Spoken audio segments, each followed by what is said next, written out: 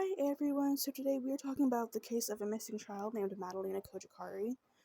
There are some theories about what happened to her. A lot of stuff isn't going to make sense, and a lot of stuff is going to stick out to you. This is very recent, the end of 2022. Maybe you've heard of it, I've seen it everywhere, but I thought it was important to talk about because she is still missing. And we really don't know what happened to her. I know that this channel is mostly dedicated to cases of minorities, POC, but I kind of want to break out of that mold and include children, whether or not they fit into the categories I talk about. So every once in a while, you might see a missing children's video that doesn't really fit in. So I just wanted to let you know, and that's what we're going to do today. So let's go ahead and get into it. I do have the links down below that I used for research. If you hear any noise, my dog is eating, and she's a little loud. So Madalina was a beautiful and lively young girl who was born April 11th, 2011, so her birthday just passed. Madalina was last seen on surveillance video getting off her school bus outside her home in Cornelius, North Carolina on November 22nd, 2022. She has not been seen since. Her parents last reported seeing her on November 23rd, 2022. She was last seen wearing jeans, a pink, purple, and white Adidas, and a white shirt and jacket. She has brown hair, brown eyes, and is 4'10" and 90 pounds. Her parents say that November 23rd is when she was last seen, but they would wait 3 weeks to actually give a missing persons report. Later on, I am going to go into why her mother said she waited to report her daughter missing, and I'm just going to say right now that it is extremely weak. It does not make sense to me, and it's going to throw you off probably. So her mother Diana and stepfather Christopher Palmer are charged with failing to immediately report her disappearance.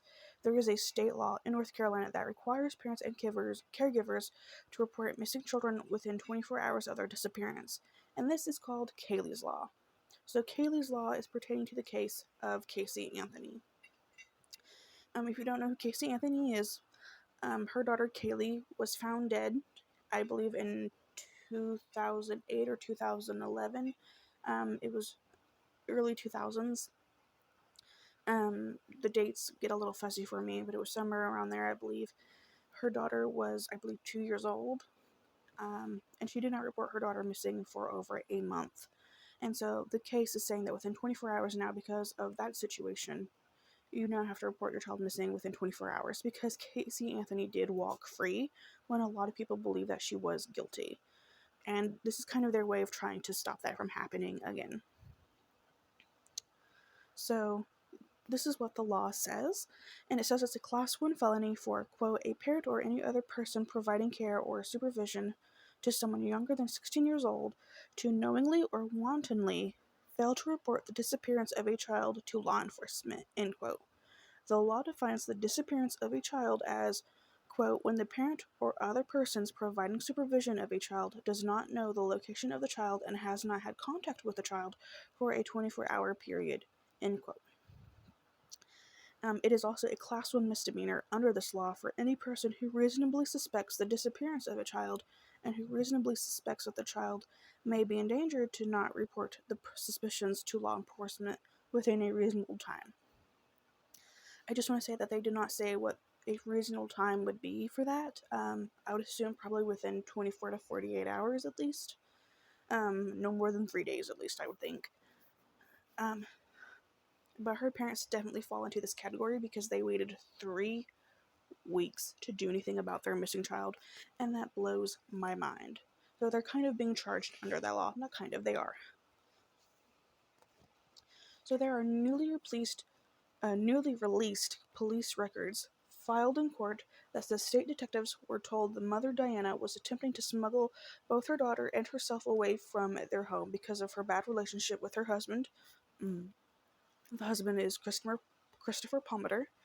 Search warrant documents show Diana had a conversation with a distant relative on December 2nd, 2022, and that relative later told police he was asked to help them leave because Diana wanted a divorce. It's not explicitly said, but it's kind of you can kind of make it out that he's kind of abusive, he's kind of rude. We're about to get into what's kind of believed happened, and then what the mom says. So also in these documents, a canine police dog alerted, meaning they have detected the scent of narcotics on Diana's car on February 10th. That car is in police possession. Previous arrest records show on the night Madalina had disappeared, her parents were fighting. Her mom told investigators she believed Christopher put her family in danger. She also said she did not report Madalina missing sooner because she feared conflict with him. And that's kind of what I believe, that, he's kind of abusive. They fight, maybe he hits them or something. Maybe that's not right at all. Maybe he's just a very mean guy. That's not necessarily abusive, you know what I'm saying? But to me, this is your child. If you fear your child is missing or in an unsafe situation, I don't understand why you wouldn't just report the missing. How would that start conflict with him? People need to know this child is missing, so I don't understand her thought process there. It just doesn't make sense to me.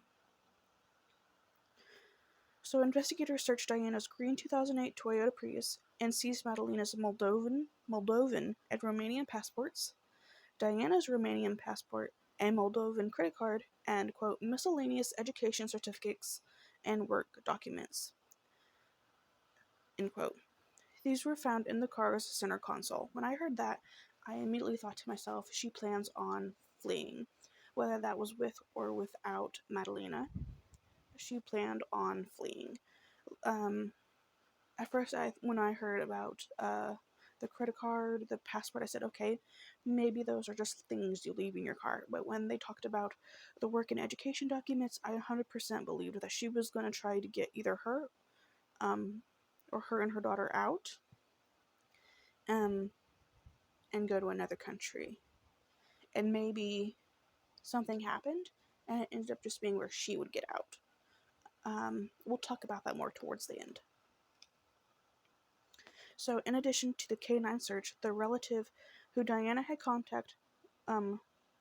was in contact with, quote, unidentified targets, multiple calls to numbers that don't really have, I guess, a name. We're not given any names. And these people are believed to kind of be involved in ongoing narcotic trafficking. So detectives would file an application for a warrant, and in that warrant, they said that it is possible that persons associated with narcotics are also associated with human trafficking. And so, from what I'm getting, that's kind of what they believe, maybe. This is a direct quote from a detective. I don't know their name. I couldn't find the name of this detective, but they said, a search of the residence may locate drugs and or money not previously found in the residence, end quote. Since she was reported missing, police have searched her home, combed Lake Cornelius, and also asked residents of Madison County to come forward with information placing her parents in the area around the dates she disappeared. They believe she was in the area sometime between November 22nd to December 15th. Her parents are expected in court on May 11th. Cornelius police are asking the public to continue sharing photos of Madalina with hashtag #FindMadalina on social media. So now we're going to kind of get into what the mom says is going on. She says Madalina went to her room that night to go to bed. Diana said she and her husband, Christopher, argued that night, and the next morning he drove to his family's home in Michigan to recover some items. Diana said she went to check on Madalina around 11:30 hours on the 24th, or Thanksgiving, and noticed she was not in her room. Diana said she waited until Saturday, the 26th, 1900 hours, when her husband returned home before asking if he knew where she was. He claimed to not know and asked Diana the same question. So, just so you guys know, that was military time, and I'm not good with military time. That was just the name, not the name, the hours given in the article. But I believe 11:30 hours is either 11:30 the next morning or 11:30 at night. I'm not quite sure. But I also want to say that I think it's really weird that she asked him if he knew where she was, and he asked her the same thing. Like, if she's asking you, I would say she doesn't. But it's kind of like they're trying to save each other's skin, you know? Just making a story that doesn't make sense. So Diana said she waited to report her daughter missing to not start a conflict between her and Christopher. Again, I don't understand how that would start a conflict. Your child is missing, they need to be found. I don't know why he wouldn't understand that. He left the 23rd to pick up items and says he did not see Madalina the day he left, and he believed that the last time he saw her was actually a week before his trip, which also struck me as odd because she lives in your home, you are her stepfather. How have you not seen her for a week? And how come you have not questioned that? You know what I'm saying? Like, even if you're gone all day, do you not say goodnight to her at night? Do you not come in her room to just check on her? You just don't see her at all? It's just kind of weird. So that also struck me as odd.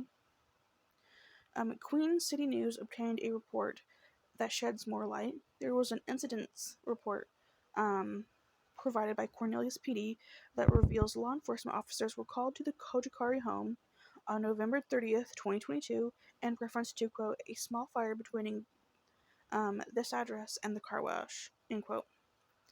Apparently, Diana had been burning furniture in the backyard. Investigators haven't said whether the backyard fires have anything to do with her disappearance, but they do believe that someone has more information, and I believe that information lies with the parents. Um, Maybe that distant relative, maybe the unidentified targets. I am kind of believing the trafficking theory. Maybe Diana really was scared for her and her daughter, and Christopher has his hands in a lot of shit. And I think that maybe her original intention was to smuggle her and her daughter out of the country, and then maybe something happened to Madalina, um, and that went south. And that would explain why she was burning furniture. Because I don't know about you, but when I get rid of furniture, I don't burn it. I just put it out by the curb, and big trash picks it up. Um, so the fact that you were burning it in your backyard tells me that maybe there's something on it, whether that is blood, or something else that's kind of weird, and you don't want people to see it. Um, to me, that kind of feels like she was destroying evidence, and it kind of makes me believe that maybe they were getting into a fight. Something happened to Madalina. She realized that she could not get her and her daughter out of the country, so she was going to flee. And that's kind of what I'm thinking. Maybe they'd been in the situation for a while. She no longer wanted to be in it, because people that do drug and human trafficking are very dangerous people, obviously. And that's kind of what I'm believing. So, as of April 2023, this is our latest update that I was able to find at the time I am filming this. Diana is accused of having drugs while in Mecklenburg County Jail. She has been charged with possession of a controlled substance at jail. On March 17th, a search was conducted and she was found with a baggie of white powder in her shirt pocket. A test said that it was cocaine and fentanyl based substance, and she claimed that she found the drugs in the shower. Um, so I think the fact that she does drugs, she has drugs on her, it would make sense, especially if they believe that she was or has been involved in drug trafficking, that she would have drugs on her. I just feel like people that are involved in that probably do it. But that is our update. It wasn't necessarily having to do with Madalina, but the mom. I can't find anything on Christopher, or I haven't. I think most of the media is kind of reporting on the mom herself. I would definitely say that the parents are sketchy as shit. For multiple reasons, not reporting your child missing for 3 weeks.